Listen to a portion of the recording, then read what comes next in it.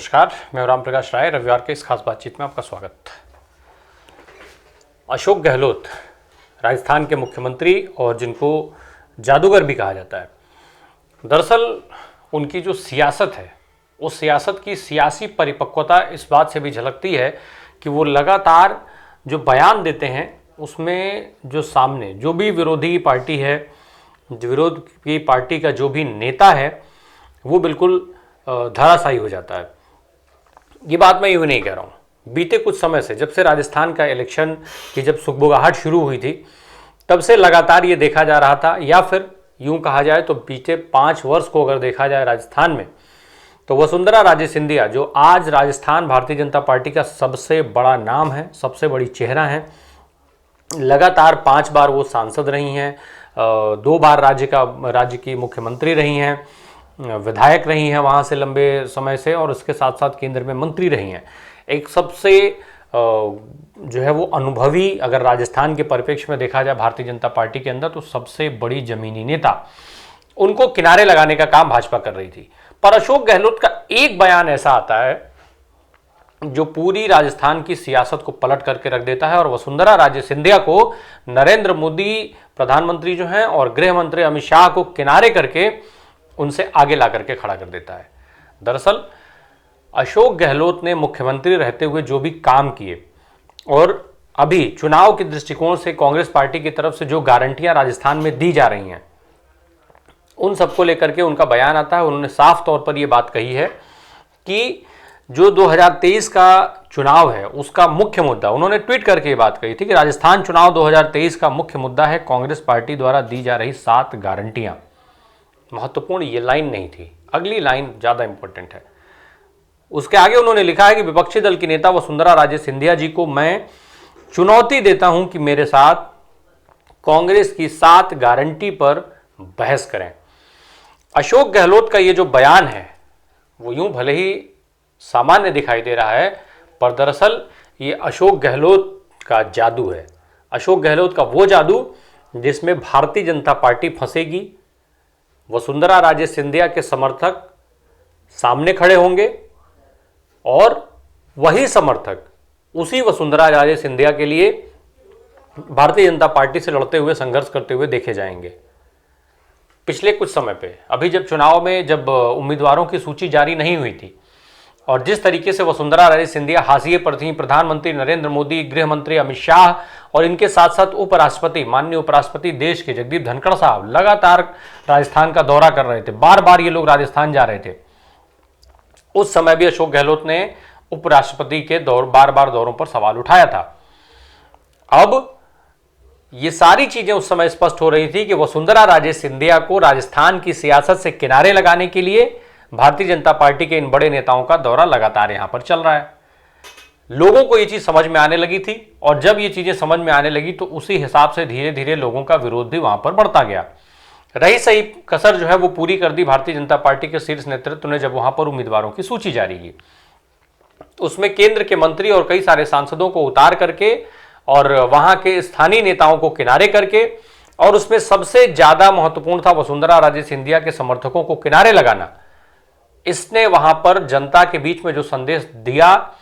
खास करके वसुंधरा राजे सिंधिया के समर्थकों के बीच में, उसने वहां पर एक बगावत को जन्म दे दिया। और यह बगावत खुल करके भारतीय जनता पार्टी के शीर्ष नेतृत्व के सामने आई। इनफैक्ट इस कदर बगावत हुई कि जिन सांसदों को उम्मीदवार बना के राजस्थान में भेजा गया था, वो अपनी विधानसभा क्षेत्र में जाकर के चुनाव प्रचार तक नहीं कर पा रहे थे। स्थिति इतनी भयावह हो गई। ऊपर से अशोक गहलोत के जो सवाल थे, अशोक गहलोत की जो गारंटियां थी कांग्रेस की तरफ से जी जाए, मैं ये नहीं कह रहा हूं कि गारंटियों का प्रभाव इतना ज्यादा है कि कांग्रेस सत्ता में वापस लौट करके आ जाएगी। आएगी कि नहीं आएगी ये चुनाव का परिणाम बताएगा, पर फिलहाल की जो स्थिति है उसमें जो तमाम सर्वे की रिपोर्ट्स हैं, इनफैक्ट जो तमाम खबरें आ रही हैं जमीन से, जो कई सारे विश्लेषक सोशल मीडिया पे बताते हैं, मैं मेन स्ट्रीम मीडिया की बात नहीं करता, तमाम जो सोशल मीडिया पर खबरें आ रही हैं, जिस तरीके के कमेंट्स आ रहे हैं, उनसे फिलहाल कांग्रेस को माइलेज मिलती हुई दिख रही है। ऐसे में अशोक गहलोत का यह बयान आना कि वसुंधरा राजे सिंधिया आकर के उस चुनौती को स्वीकार कर लें, चर्चा कर लें, बहस कर लें उन मुद्दों पर जिन मुद्दों पर कांग्रेस चुनाव लड़ रही है, जो गारंटियां कांग्रेस दे रही है, जिस राज्य में प्रधानमंत्री नरेंद्र मोदी सीधे तौर पर चुनाव की कमान संभाल रहे थे, वहां अशोक गहलोत ने प्रधानमंत्री को चैलेंज नहीं किया है। जिस राज्य में अशोक गहलोत जो है, जिस राज्य में प्रधानमंत्री के थोड़ा किनारे हटने के बाद अमित शाह साहब और जेपी नड्डा साहब सक्रिय हुए थे, तो अमित शाह और जेपी नड्डा को उन्होंने चैलेंज नहीं किया है, उन्होंने चैलेंज किया वसुंधरा राजे सिंधिया को। दरअसल ये इसलिए महत्वपूर्ण हो जाता है कि अशोक गहलोत को जो जादूगर कहा जाता है सियासत में, वो चुनावी रण की जो सियासत है, राजनीति है, वो एक बार फिर से दिखाई देने लग गई है। चुनावी रण की ये जो राजनीति है वो इसलिए दिख रही है कि अशोक गहलोत ने वसुंधरा राजे सिंधिया को सीधे तौर पर चुनौती दे करके उनके समर्थकों के बीच में एक बड़ा संदेश देने का काम किया है। दरअसल अशोक गहलोत के इस चैलेंज से ये स्पष्ट हो गया है कि वसुंधरा राजे सिंधिया बड़ी नेता हैं राजस्थान के हिसाब से, राजस्थान प्रदेश के हिसाब से, वनस्पत प्रधानमंत्री नरेंद्र मोदी और केंद्रीय गृह मंत्री अमित शाह। अब वसुंधरा राजे सिंधिया के समर्थकों में इस चीज को लेकर के एक अलग सुगबुगाहट होगी। इस बीच में वसुंधरा राजे सिंधिया जब अपना नामांकन करने के लिए झालावाड़ पहुंची, तो वहां पर जहां झालावाड़ की जो विधानसभा है, जहां से वो चुनाव लड़ती आई हैं और जीतती आई हैं, वहां जब नामांकन के बाद उन्होंने संबोधन किया, उस संबोधन में एक नई चर्चा सामने आ गई। एक तरफ अशोक गहलोत चैलेंज कर रहे थे इनको अपनी नीतियों पर बात करने के लिए, अपनी गारंटियों पर बात करने के लिए, दूसरी तरफ वसुंधरा राजे सिंधिया की तरफ से एक ऐसा बयान आता है जो वसुंधरा राजे सिंधिया की राजनीति से संन्यास लेने की चर्चा को जन्म दे देता है। वहां पर एक नई चर्चा शुरू हो जाती है कि वसुंधरा राजे सिंधिया अब राजनीति से संन्यास ले रही हैं, वो सियासत छोड़ रही हैं। हालांकि वसुंधरा राजे सिंधिया का की ये जो बातचीत है, ये जो उनका बयान है, वो भी खासा महत्वपूर्ण है राजस्थान विधानसभा चुनाव के मद्देनजर। पहले मैं वो बयान बता दूं आपको, फिर उसके बाद इस क्या महत्व है वो बताता हूं। राजस्थान में दरअसल वसुंधरा राजे सिंधिया ने जो कहा है, मैं आपको पढ़ देता हूं ये बयान। उन्होंने कहा कि मेरे बेटे, जो उनके बेटे हैं दुष्यंत सांसद हैं, की बात सुनने के बाद मुझे लगता है कि मुझे संन्यास ले लेना चाहिए, क्योंकि आप सभी ने उसे इतनी अच्छी तरीके से प्रशिक्षित किया है कि मुझे उसे आगे बढ़ाने की ज़रूरत नहीं है। सभी विधायक यहाँ हैं और मुझे लगता है कि उन पर नज़र रखने की कोई ज़रूरत नहीं है, क्योंकि वे अपने दम पर लोगों के लिए काम करेंगे। इस बयान के ये मायने निकाले जाने लग गए कि वसुंधरा राजे सिंधिया अब राजनीति से संन्यास ले लेंगी। लेकिन हालांकि अब ये भी खबर आ रही है कि वसुंधरा राजे सिंधिया उसको जो है उससे यू टर्न ले गई हैं। कुछ और बातें उन्होंने कहा, उन्होंने ये कह दिया कि बेटे को स्थापित करने के, बेटे पर विश्वास के लिए उन्होंने ये बात कही है। लेकिन सवाल ये उठता है कि वसुंधरा राजे सिंधिया को अचानक इस तरीके का बयान देने की जरूरत क्यों पड़ी, क्योंकि वसुंधरा राजे सिंधिया को बेहद गंभीर नेता माना जाता है और बहुत सोच समझ करके बोलती हैं, जो कुछ भी बोलती हैं वो सियासी दृष्टिकोण से। इसके पीछे जो कारण है वो कुछ इस तरीके से बताया जा रहा है कि अब,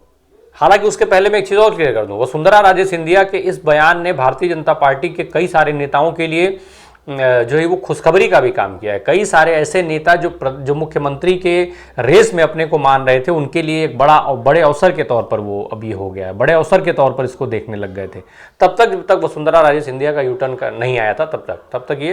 एक आपदा में अवसर टाइप का माहौल बना हुआ था और उसी तरीके से उसको ट्रीट किया जा रहा था। चूंकि वसुंधरा राजे सिंधिया जो है वो 70 साल पार कर चुकी हैं, 70 साल से ऊपर की नेता हो चुकी हैं और भारतीय जनता पार्टी में उम्र की बात जो होती है उसको लेकर के भी ये मजबूत एक आधार बन सकता था। हालांकि इस चुनाव में तो 80-80 साल के उम्मीदवारों को भारतीय जनता पार्टी ने टिकट दिया है, मध्य प्रदेश के अंदर जो नज़ारा देखा गया है, तो इस हिसाब से। लेकिन उससे ज़्यादा विश्लेषक ये मान रहे हैं कि चूंकि राज्य की सत्ता में इनको किनारे लगाया, सियासत में इनको किनारे लगाया जा रहा था, इसलिए सीएम पद में खुद को, सीएम पद की रेस में खुद को बनाए रखने के लिए, खुद को शामिल कर लेने के लिए और अपने को और ज्यादा मजबूत करने के लिए वसुंधरा राजे सिंधिया की तरफ से ये एक इमोशनल कार्ड खेला गया है। अगर इस इमोशनल कार्ड में अगर भारतीय जनता पार्टी वहां पर जरूरी आंकड़े, जरूरी नंबर्स हासिल करती है और वसुंधरा राजे सिंधिया को मुख्यमंत्री नहीं बनाया जाता है, तो राज्य में स्थितियां बदल सकती हैं, भाजपा के लिए मुश्किल खड़ी हो सकती है, पार्टी में टूट फूट देखी जा सकती है। इस तरीके से ये जो भावनात्मक अपील है, जो भावनात्मक कार्ड है वसुंधरा का, क्योंकि जब हम टिकट पे उम्मीदवारों पर नजर डालेंगे तो एक तरफ जहां पहली सूची में वसुंधरा का कोई भी समर्थक उम्मीदवार के तौर पर नहीं था, वहीं दूसरी तरफ अब जो है 50 से ज्यादा समर्थक वसुंधरा राजे सिंधिया के बतौर उम्मीदवार मैदान में है चुनाव की। इसलिए वसुंधरा राजे सिंधिया की स्थिति बेहद मजबूत मानी जा रही है। ऐसे में वसुंधरा का ये इमोशनल कार्ड, इसके अलावा जो दूसरी वजह देखी जा रही है वो ये भी कहा जा रहा है कि वसुंधरा राजे सिंधिया ने अपने बेटे के लिए बड़ा दांव खेल दिया है, बड़ा मौका उन्होंने अब अपने बेटे के लिए बनाना शुरू कर दिया है। दरअसल वसुंधरा के ये चाहती थी कि जो उनके बेटे दुष्यंत हैं उनको केवल वसुंधरा मुख्यमंत्री के बेटे के तौर पर न जाना जाए बल्कि सांसद के तौर पर जाना जाए। वसुंधरा ने इसके लिए एक पहल करना शुरू कर दिया, एक नया नैरेटिव सेट करने लग गई हैं वसुंधरा, ये भी एक कारण इसको लेकर के चर्चा में है। अब हम लौटते हैं भारतीय जनता पार्टी कांग्रेस वहां पर कांग्रेस की सियासत और राजस्थान का जो चुनावी रण है उसमें जो राजनीति है जिसकी मैं बात कर रहा था शुरू से ही। दरअसल अशोक गहलोत का ये बयान, जैसा मैंने पहले जिक्र किया, वो इसलिए जरूरी था कि वसुंधरा राजे सिंधिया को उन्होंने सीधे चैलेंज करके एक तरफ ये बता दिया है कि राज्य की सत्ता में वसुंधरा का स्पेस है, मोदी और शाह का स्पेस नहीं है। दूसरा, वसुंधरा राजे सिंधिया को लेकर के, उनको किनारे लगाए जाने को लेकर के जो समर्थक उनके नाराज थे, जो उम्मीदवारों की सूची आने के बाद थोड़ा थोड़ा सा अब नॉर्मल होने लग गए थे, अशोक गहलोत ने एक बार फिर से उसमें चिंगारी लगाने का काम किया कि भाई आपके जिनको आप समर्थक दे रहे थे, जिनको आप समर्थन दे रहे थे वसुंधरा राजे सिंधिया, वो इस राज्य की सबसे बड़ी नेता हैं, और एक बार फिर से उनकी भावनाओं को भड़काने का काम अशोक गहलोत ने कर दिया। दूसरी तरफ वसुंधरा राजे सिंधिया का ये जो संन्यास का से जुड़ा हुआ बयान आता है वो इसलिए इंपॉर्टेंट हो जाता है क्योंकि उसकी दो वजह मैं बता चुका हूं, और उसमें जो इमोशनल कार्ड वाला मामला है वो खासा महत्वपूर्ण है। एक बार फिर से जिस तरीके से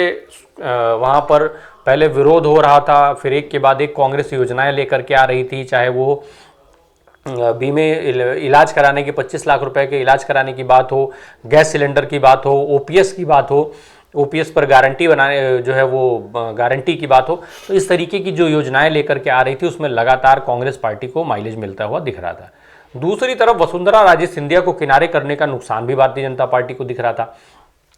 अंततोगत्वा नतीजा ये होता है कि वसुंधरा राजे सिंधिया के आगे फिर से भारतीय जनता पार्टी के शीर्ष नेताओं को नतमस्तक होना पड़ता है और वसुंधरा राजे सिंधिया को आगे करना पड़ जाता है, और एक बार फिर से कांग्रेस भाजपा का मुकाबला जो है वो देखने में आने लगता है। भारतीय जनता पार्टी राजस्थान में एक बार फिर से फाइट में आ जाती है। तो वसुंधरा का कद वैसे ही वहां पर बढ़ा हुआ था, और इस तरीके की जो बयानबाजी अशोक गहलोत की तरफ से दी गई, तो अशोक गहलोत ने अपने लिए कम से कम ये मैदान तैयार कर लिया है कि अब नरेंद्र मोदी और अमित शाह के बयानों का असर वहां पर नहीं होने वाला। उनकी रैलियों से चुनाव नहीं बदलेगा। अगर चुनाव का परिणाम बदलता है,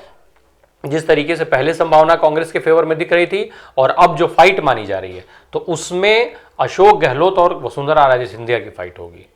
मोदी और शाह को किनारे करने का काम अशोक गहलोत ने कर लिया। तो अशोक गहलोत का जो ये सियासी रण में जो राजनीतिक जादू है वो एक बार फिर से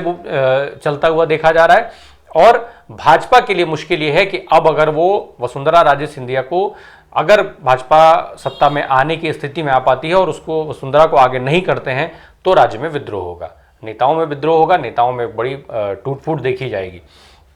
जो स्थिति कमलनाथ की सरकार में कांग्रेस में मध्य प्रदेश में हुई, उस तरीके का मामला वहां पर स्पष्ट रूप से भारतीय जनता पार्टी के अंदर हो जाएगा अगर वसुंधरा को किनारे लगाने की कोशिश हुई तो कुल मिलाजुलाकर अशोक गहलोत ने एक बार फिर से ना केवल अपने लिए, चूंकि अशोक गहलोत का अगर मैं मामला एक और जिक्र कर दूं यहां पर, अशोक गहलोत ने प्रियंका गांधी के सामने मंच से सीधे तौर पर यह ऐलान कर दिया था कि मैं तो कुर्सी छोड़ना चाहता हूं लेकिन कुर्सी मुझे नहीं छोड़ना चाहती है। भले ही कांग्रेस पार्टी अशोक गहलोत को मुख्यमंत्री के बतौर मुख्यमंत्री पेश नहीं कर रही हो, बतौर मुख्यमंत्री अनाउंस नहीं कर रही हो, लेकिन अशोक गहलोत खुद इस बात का अनाउंसमेंट कर देते हैं कि भाई मुख्यमंत्री मैं रहूंगा अगर चुनाव जीतते हैं। तो वो साफ साफ इस बात से जो उनका संदेश था वो यही था कि मैं मुख्यमंत्री रहूंगा। अब अगर वो अपने लिए जब घोषणा कर सकते हैं तो उसी चाल से इन्होंने वसुंधरा राजे सिंधिया के लिए भी स्पेस बनाने का काम किया कि पहले दो बड़े चेहरे जो वहां के जो सियासत के हैं उनको किनारे करिए और फिर 1-to-1 फाइट करिए। तो उस फाइट वाली स्थिति को अशोक गहलोत ने बना लिया है अपने इस एक बयान के माध्यम से, एक बयान के मार्फत। अब देखना यह होगा कि बयान कितना कारगर होता है। अशोक गहलोत का ये जो जादू है जो अभी प्रभावी दिखाई दे रहा है, क्या वोटर्स के मन में भी उतना ही प्रभावी होगा ये? क्या जब लोग मतदान करेंगे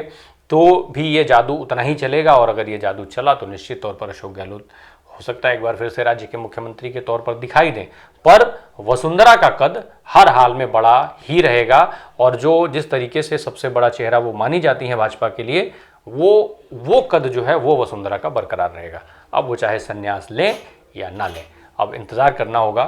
वोटिंग तक का। जब वोट आएगा, जब परिणाम आएगा तो दिखेगा कि अशोक गहलोत का जादू कितना चला है और वसुंधरा का प्रभाव जो है वो कितना हुआ है, कितना किसको समर्थन मिला है। धन्यवाद।